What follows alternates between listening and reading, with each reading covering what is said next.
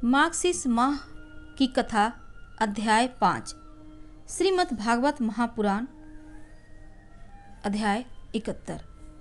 श्री सुखदेव जी कहते हैं, परीक्षित, भगवान श्री कृष्ण के वचन सुनकर महामती उद्धव जी ने देवर्षि नारद, सभासद और भगवान श्री कृष्ण के मत पर विचार किया और फिर कहने लगे। उद्धव जी ने कहा, भगवान, देवर्षि नारद जी ने आपको यह सलाह दी है कि फुफेरे भाई पांडवों के राजसूय यज्ञ में सम्मिलित होकर उनकी सहायता करनी चाहिए। उनका यह कथन ठीक ही है और साथ ही यह भी ठीक है कि शरणागतों की रक्षा अवश्य कर्तव्य है। प्रभु, जब हम इस दृष्टि से विचार करते हैं कि राजसूय यज्ञ वही कर सकता है जो दसों दिशाओं पर विजय प्राप्त कर ले, तब हम इस निर्णय पर बिना किसी दुविधा के पहुंच जाते हैं कि पांडवों के यज्ञ और शरणागतों की रक्षा दोनों कामों के लिए जरासंध को जीतना आवश्यक है। प्रभु, केवल जरासंध को जीत लेने से ही हमारा महान उद्देश्य सफल हो जाएगा। साथ ही उससे बंदी राजाओं की मुक्ति और उसके कारण आपको सुयश की प्राप्ति भी हो जाएगी। राजा जरासंध बड़े बड़े लोगों के भी दांत खट्टे कर देता है, क्योंकि 10,000 हाथियों का बल उसे प्राप्त है। उसे यदि हरा सकते हैं तो केवल भीमसेन, क्योंकि वे भी वैसे ही बली हैं। उसे आमने सामने के युद्ध में एक वीर जीत ले, यही सबसे अच्छा है। 100 अक्षौणी सेना लेकर जब वह युद्ध के लिए खड़ा होगा, उस समय उसे जीतना आसान ना होगा। जरासंध बहुत बड़ा ब्राह्मण भक्त है। यदि ब्राह्मण उससे किसी बात की याचना करते हैं तो वह कभी कोरा जवाब नहीं देता। इसीलिए भीमसेन ब्राह्मण के वेश में जाएं और उनसे युद्ध की भिक्षा मांगे। भगवान, इसमें संदेह नहीं, यदि आपकी उपस्थिति में भीमसेन और जरासंध द्वंद्व युद्ध हो तो भीमसेन उसे मार डालेगा। प्रभु, आप सर्वशक्तिमान रूप रहित काल स्वरूप हैं। विश्व की सृष्टि और प्रलय आपकी ही शक्ति से होता है। ब्रह्मा और शंकर तो उसमें निमित्त मात्र हैं। इसी प्रकार जरासंध का वध तो होगा और आपकी शक्ति से भीमसेन केवल उनसे निमित्त मात्र बनेंगे। जब इस प्रकार आप जरासंध का वध कर डालेंगे, तब कैद में पड़े हुए राजाओं की रानियां अपने महलों में आपकी इस विशुद्ध लीला का गान करेंगी। आपने उनके शत्रु का नाश कर दिया और उनके प्राणपतियों को छुड़ा दिया, ठीक वैसे ही जैसे गोपियां आपके शरणागत मुनिगण गजेंद्र और जानकी जी के उद्धार की लीला का तथा हम लोग आपके माता पिता को कंस के कारागार से छुड़ाने की लीला का गान करते हैं। इसलिए प्रभु, जरासंध वध स्वयं ही बहुत से प्रयोजन सिद्ध कर देगा। बंदी नरपतियों के पुण्य परिणाम से अथवा जरासंध के पाप परिणाम से सच्चिदानंद स्वरूप श्री कृष्ण आप भी तो इस समय राजसूय यज्ञ का होना ही पसंद करते हैं। इसलिए पहले आप वहीं पधारिए। श्री सुखदेव जी कहते हैं, परीक्षित, उद्धव जी की यह सलाह सब प्रकार से हितकर और निर्दोष थी। देवर्षि नारद यदुवंश के बड़े बड़े और स्वयं भगवान श्री कृष्ण भी उनकी बात का समर्थन किया। अब अंतर्यामी भगवान श्री कृष्ण ने वसुदेव आदि गुरुजनों से अनुमति लेकर दारुक, जैत्र आदि सेवकों को इंद्रप्रस्थ जाने की तैयारी करने के लिए आज्ञा दी। इसके बाद भगवान श्री कृष्ण ने यदुराज उग्रसेन बलराम जी से आज्ञा लेकर बाल बच्चों के साथ रानियों और उनके सब सामानों को आगे चला दिया। फिर दारुक के लाए हुए गरुड़ ध्वज रथ पर स्वयं सवार हुए। इसके बाद रथों, हाथियों, घुड़सवारों और पैदलों की बड़ी भारी सेना के साथ उन्होंने प्रस्थान किया। उस समय मृदंग, नगाड़े, ढोल सह नरसिंहों की ऊंची ध्वनि से दसों दिशाएं गूंज रही थी। सती शिरोमणि रुक्मणी जी आदि सहस्त्रों श्री कृष्ण पत्नियां अपनी संतानों के साथ सुंदर सुंदर वस्त्र आभूषण, चंदन, अंगराज और पुष्पों के हार आदि से सज धज कर डोलियों, रथों और सोने की बनी हुई पालकियों में चढ़कर अपने पतिदेव भगवान श्री कृष्ण के पीछे पीछे चली। पैदल सिपाही हाथ में ढाल, तलवार लेकर उनकी सुरक्षा करते हुए चल रहे थे। इसी प्रकार अनुचरों की स्त्रियां और वारांगनाएं भली भांति श्रृंगार करके खस आदि की झुपड़ियों, भली भांति के तंबुओं, कनातों, कंबलों और ओढ़ने बिछाने आदि को सामधियों को बैलों, भैंसों, गधों और खच्चरों पर लाद कर तथा स्वयं पालकी, ऊंट, छक्कड़ों और हाथियों पर सवार होकर चलीं। जैसे मगरमच्छों और लहरों की उछल कूद से क्षुब्ध समुद्र की शोभा होती है, ठीक वैसे ही अत्यंत कोलाहल से परिपूर्ण फहराती हुई बड़ी बड़ी पताकाओं, छात्रों, चेवरों, क्षेत्र, अस्त्र शस्त्रों, वस्त्राभूषणों, मुकुटों, कवचों और दिन के समान उन पर पड़ती हुई सूर्य की किरणों से भगवान श्री कृष्ण की सेना अत्यंत शोभायमान हुई। देवर्षि नारद जी भगवान श्री कृष्ण से सम्मानित होकर और उनके निश्चय को सुनकर बहुत प्रसन्न हुए। भगवान के दर्शन से उनका हृदय और समस्त इंद्रियां परमानंद में मग्न हो गई। विदा होने के समय भगवान श्री कृष्ण ने उनका नाना प्रकार की सामग्रियों से पूजन किया। अब देवर्षि नारद ने उन्हें मन ही मन प्रणाम किया और उनकी दिव्य मूर्ति को हृदय में धारण करके आकाश मार्ग से प्रस्थान किया।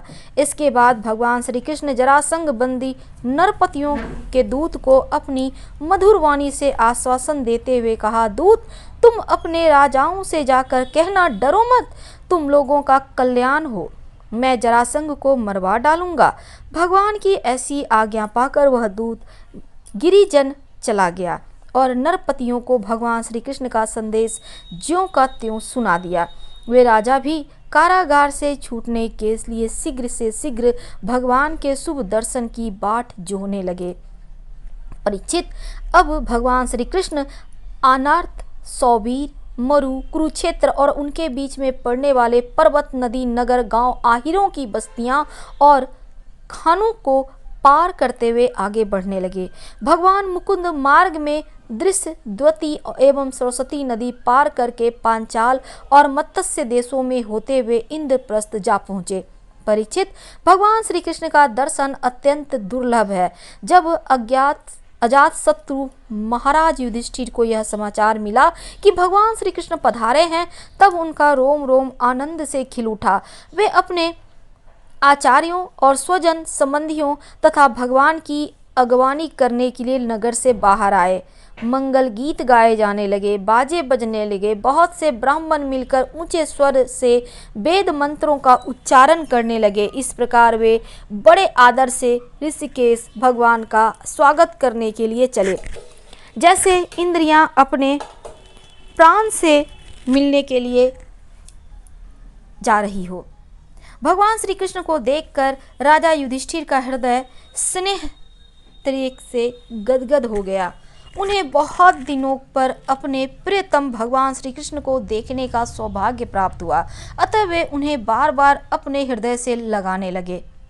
भगवान श्री कृष्ण का श्री विग्रह भगवती लक्ष्मी जी का पवित्र और एकमात्र निवास स्थान है। राजा युधिष्ठिर अपनी दोनों भुजाओं से उनका आलिंगन करके समस्त पाप तापों से छुटकारा पा गए।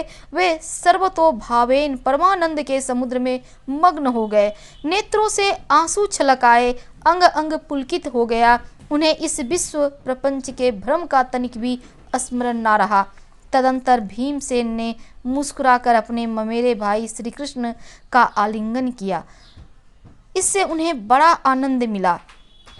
उस समय उनके हृदय में इतना प्रेम उमड़ा कि उन्हें बाह्य स्मृति सी हो गई, ब्रह्म स्मृति सी हो गई। और नकुल, सहदेव और अर्जुन ने भी परम प्रियतम और हितैषी भगवान श्री कृष्ण का बड़े आनंद से आलिंगन प्राप्त किया। उस समय उनके नेत्रों से आंसुओं की धारा बहने लगी। बाढ़ सी आ गई और अर्जुन ने पुनः भगवान श्री कृष्ण का आलिंगन किया। नकुल, सहदेव ने अभिवादन किया और स्वयं भगवान श्री कृष्ण ने ब्राह्मणों और कुरुवंशी वृद्धों को यथा योग्य नमस्कार किया। कुरु, संजय और केकय देश के नरपतियों ने भगवान श्री कृष्ण का सम्मान किया और भगवान श्री कृष्ण ने भी उनका यथोचित सत्कार किया। सूत, मागध, बंदीजन और ब्राह्मण भगवान की स्तुति करने लगे। गंधर्व, नट, विदूषक आदि मृदंग, शंख, नगारे, बीना, ढोल और नरसिंगे बजा बजा कर कमल नयन भगवान श्री कृष्ण को प्रसन्न करने के लिए नाचने गाने लगे। इस प्रकार परम यशस्वी भगवान श्री कृष्ण ने अपने सुहृदय स्वजनों के साथ सब प्रकार से सुसज्जित इंद्रप्रस्थ नगर में प्रवेश किया।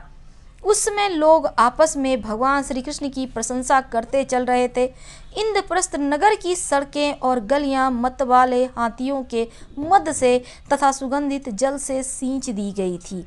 जगह जगह रंग बिरंगी झाड़ियां लगा दी गई थी।